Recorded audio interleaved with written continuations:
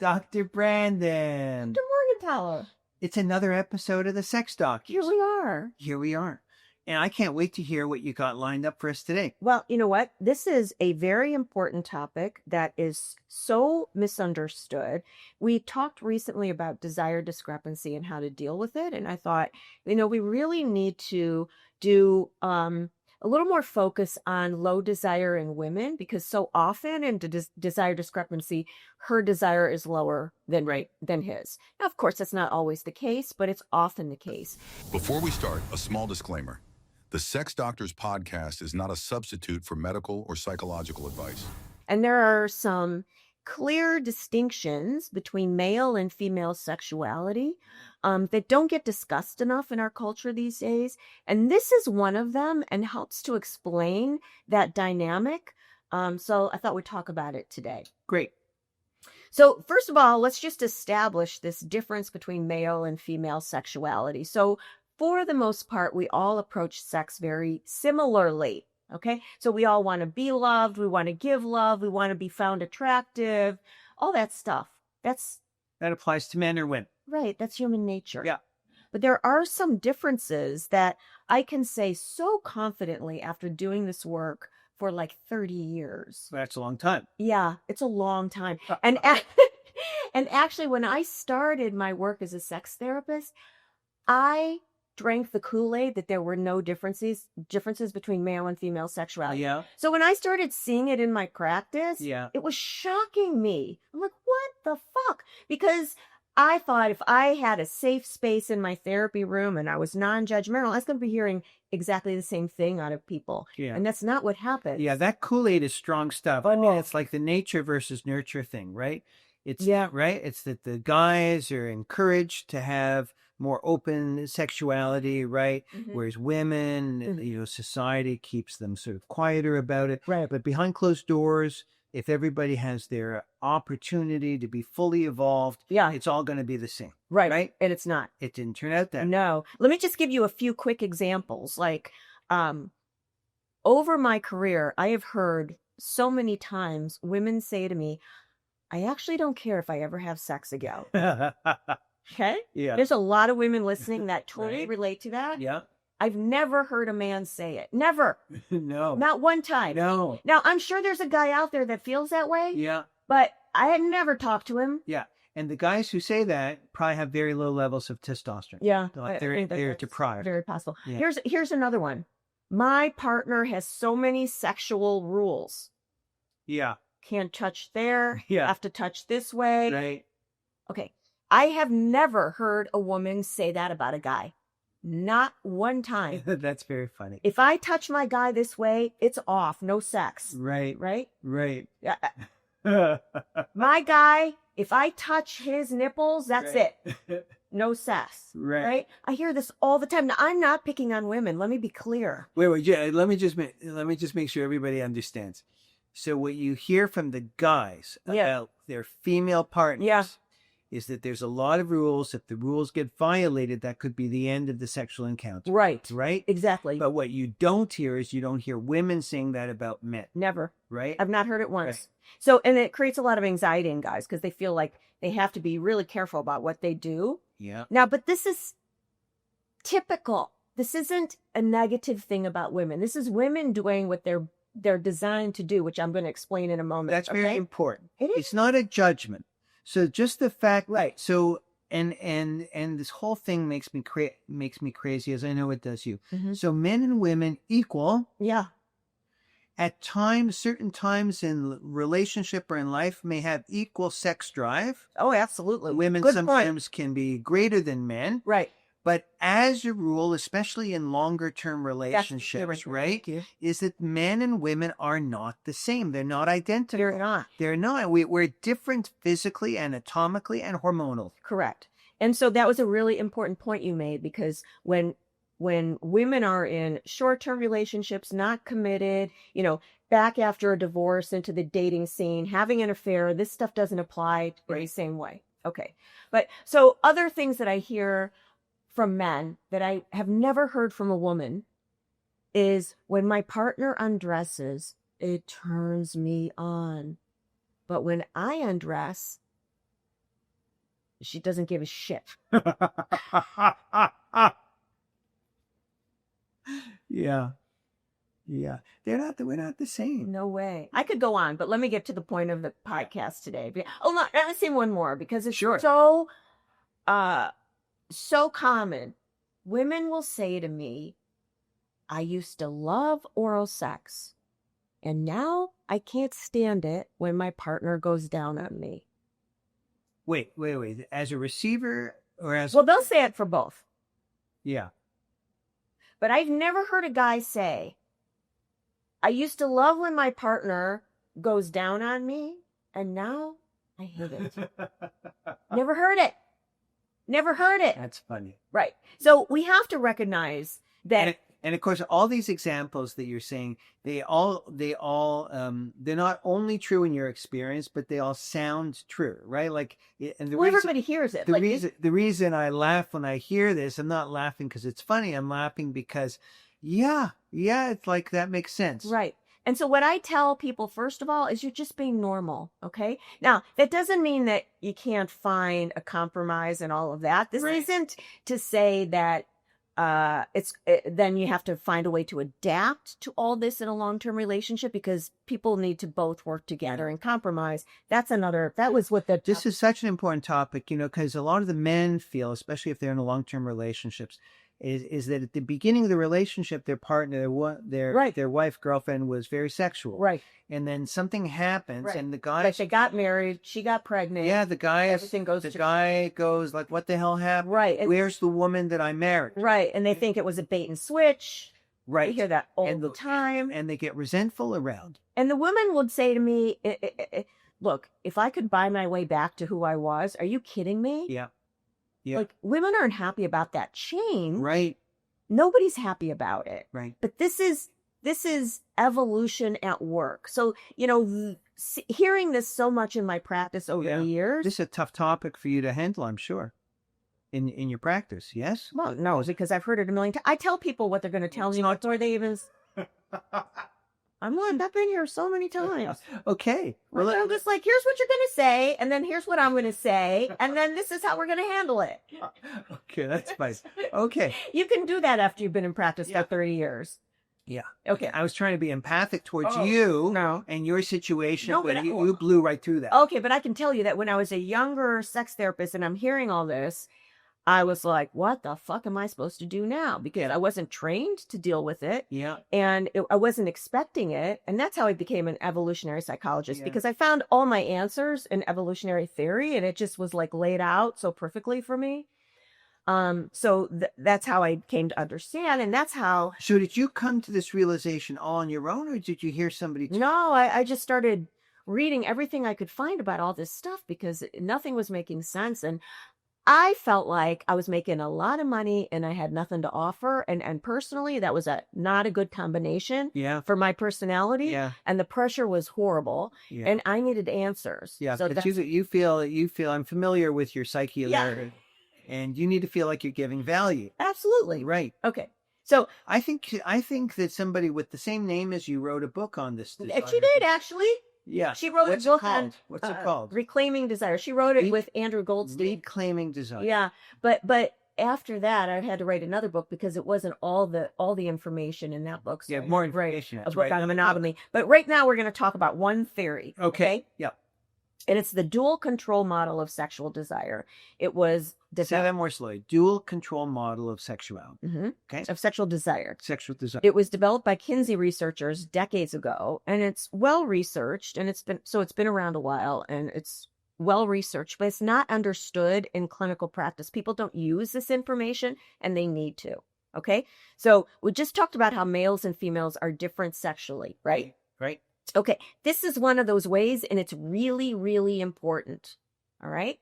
So the dual control model is so basic. And basically what they say is there are things that turn you on and there are things that turn you off. Yeah. And at any moment, your decision whether or not to have sex is based on how those weigh out. Right. Yeah. So keep this. We don't want to hide your beautiful face. Oh, okay. So what optimally people are looking for is they want more things that turn them on in that moment than things that turn them off. And then it's a yes to sex, that right? Makes sense. Yeah. Now, here's where it gets complicated, is women have more things that turn them off than men. Huh. And men have more things that turn them on than women. Uh-huh. Mother Nature did not That arrange makes sense. this in a helpful way. Yeah. And so what happened?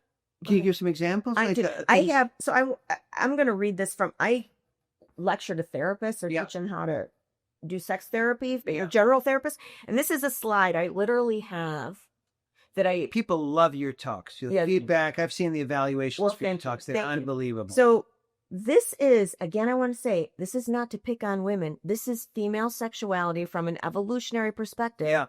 He's like, let's talk about what's true. Right. Yeah. Because you can't fix a problem you don't It's not understand. better, worse. It's just like, let's deal with reality. Because you can't fix a problem you don't understand. You know what I mean? Basics. Yeah. So you gotta, okay. So this is what women say to me when they come into my office with low libido. Okay. They say, I can't have sex when the kids are nearby.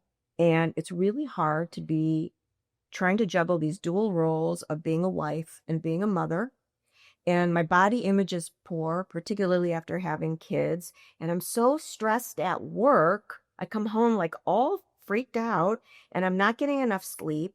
And my parents were poor role models of a loving relationship. I never even saw this modeled in my family. And I've had religious messages, don't have sex. And now I'm supposed to suddenly turn on this desire after I've been told for decades not to. And she may have a sexual abuse history that certainly plays in. She doesn't have enough time for herself. She's feeling depleted. How the hell does she have time for her partner? She's got medical problems like a bad back or GI issues, things that interfere with her body's wanting to have sex. And then, of course, there are medicines like SSRIs or whatever that have sexual side effects. Her partner does not do enough around the house. So she's not feeling like all lovey-dovey because her partner's not doing, in a heterosexual relationship, not doing his share. He's never home and he's not with the family enough. So that's unhelpful. There's a variety of partner issues that come into play here. He's watching too much porn. He's got bad sexual techniques. It's a long list. Right. But she's afraid to tell him he's got bad, because she doesn't want to hurt his feelings. And, she's not as attracted to her partner as she used to be. Yeah. That's what she said. That's a lot of reasons to not have sex. So I tell you what, when I first heard this is what women say when they come into I was like, oh my God, how can I help this woman? Right. How am I even charging her money? Like, I need to just say, look, I'm really sorry, but I had no idea. Yeah. Which I did not do because what a horrible thing to say to someone. But I did say, what the fuck? Because there's a man that regularly will walk into my office and say, look, I'm stressed at work. I don't have the energy. Of course, he's got a couple of these. Right. But he doesn't have 20 of them. Right. And he might want to have sex anyway. That's true, too. Not always. Not always. Not always. And, all of these are valid. Yeah. They're all valid. Yeah. They're good reasons not to want to have sex. So you can't tell her, change your mind. Like, right. What are you kidding me? Yeah. Like, they're all valid. Well, sex drive isn't conscious. Right. It's primal. It's deeper brain. And it's very sensitive to all this kind of environmental stuff. Okay. So here's where therapists go wrong. They hear all of that and they start to want to work on some of that. Yeah. Now, when you've got Yeah. 8 of these, Yeah. and they're all a good 2 years of work, you start your therapy and you're going to be in it 6 years and still no libido for the woman. Right. Okay. Yeah. Because this is serious stuff. Like, Yeah. you can't, Twice a week. Yeah. It's going to cost a pretty penny. right. And that's where therapists go wrong because they don't understand the answer is not here. Now, it doesn't mean that you have to ignore all this, but if the goal is to increase desire, the answer is not picking away at the things that make you not want to have sex. You remember our dual control model? I do remember. The answer is focus on what you can capitalize on to change that balance to make her want sex. Great. And that's pretty basic. That's like, what can you focus on, you being the female? What can you read? What can you watch that can get you excited? What can you do with your partner that'll get you excited? Yeah. Like, and we talk that through in the therapy room. Yeah. And now it's not always easy to figure out So I want to say that it sounds like a simple solution, and it is theoretically a simple solution. But oftentimes, by the time a woman's in my office, if she knew exactly what turned her on, she wouldn't be there, right? Can you give some examples of the kinds of things that could amp it up for a woman? Okay, so I have women like literally read erotica every day. It needs to be something that becomes a part of her life, something that she finds sexy, or at least opening her body. Okay, so she's got to remind her body about sex because it's not doing that anymore. That's what her body did a long time ago, but it's not doing that anymore. So now she has to take that role on. I suggest to women like they masturbate in the shower every day, not to have an orgasm, but just to find that sexual sensation, remind her body. I have them like find, if they can, some porn that turns them on that they can watch maybe before having sex. Simple things like exercise, having a good relationship with your body can help you feel desire when you're if you're disconnected from it, if you're dissociated from it. So there's a lot of stuff like this. Beautiful. But people have to find their own answers, and it's not necessarily simple to do, and it can take some time. So I don't want to set people up to think this is like so simple, it's just going to work. Yeah. But that's what they're working on. That's what their goal needs to be, is find the answers to that question. Yeah, I love it.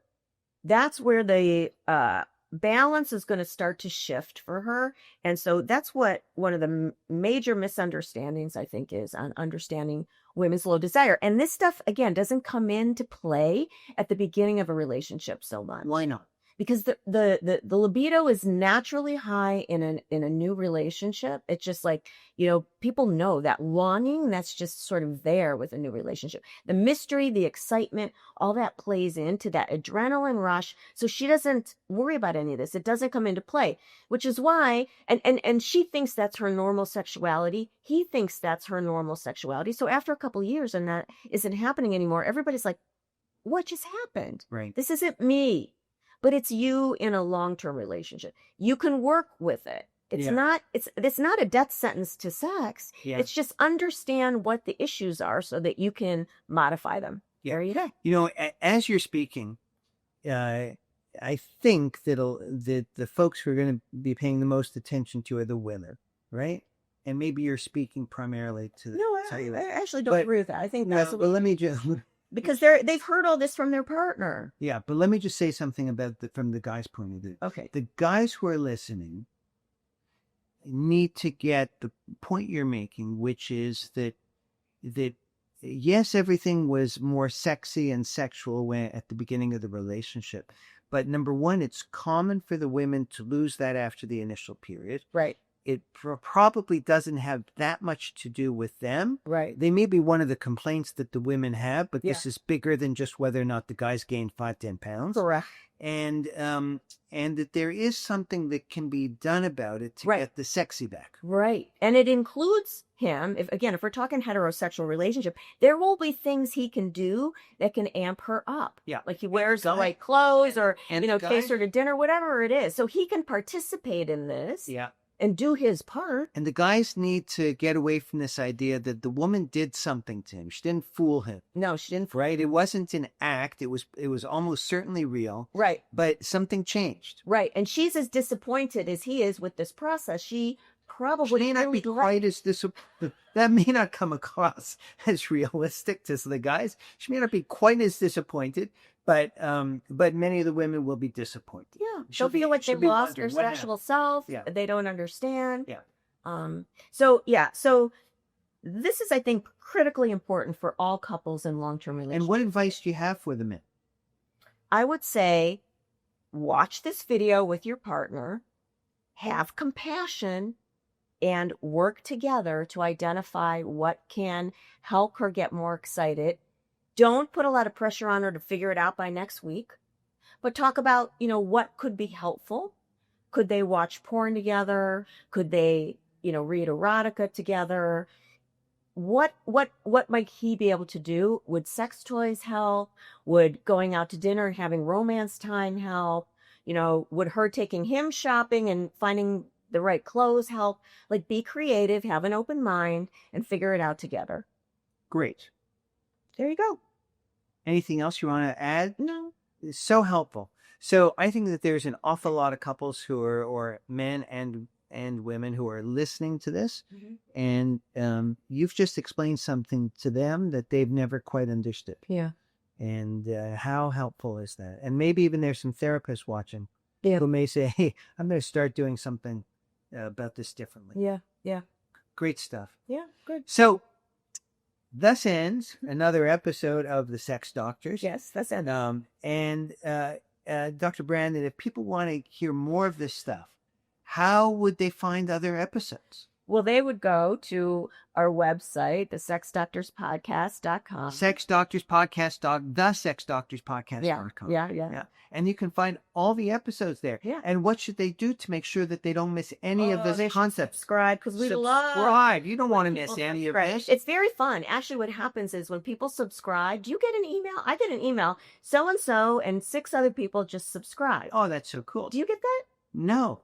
It's really fun. Well, Because then you're like, oh, great. People like the podcast. It's fun.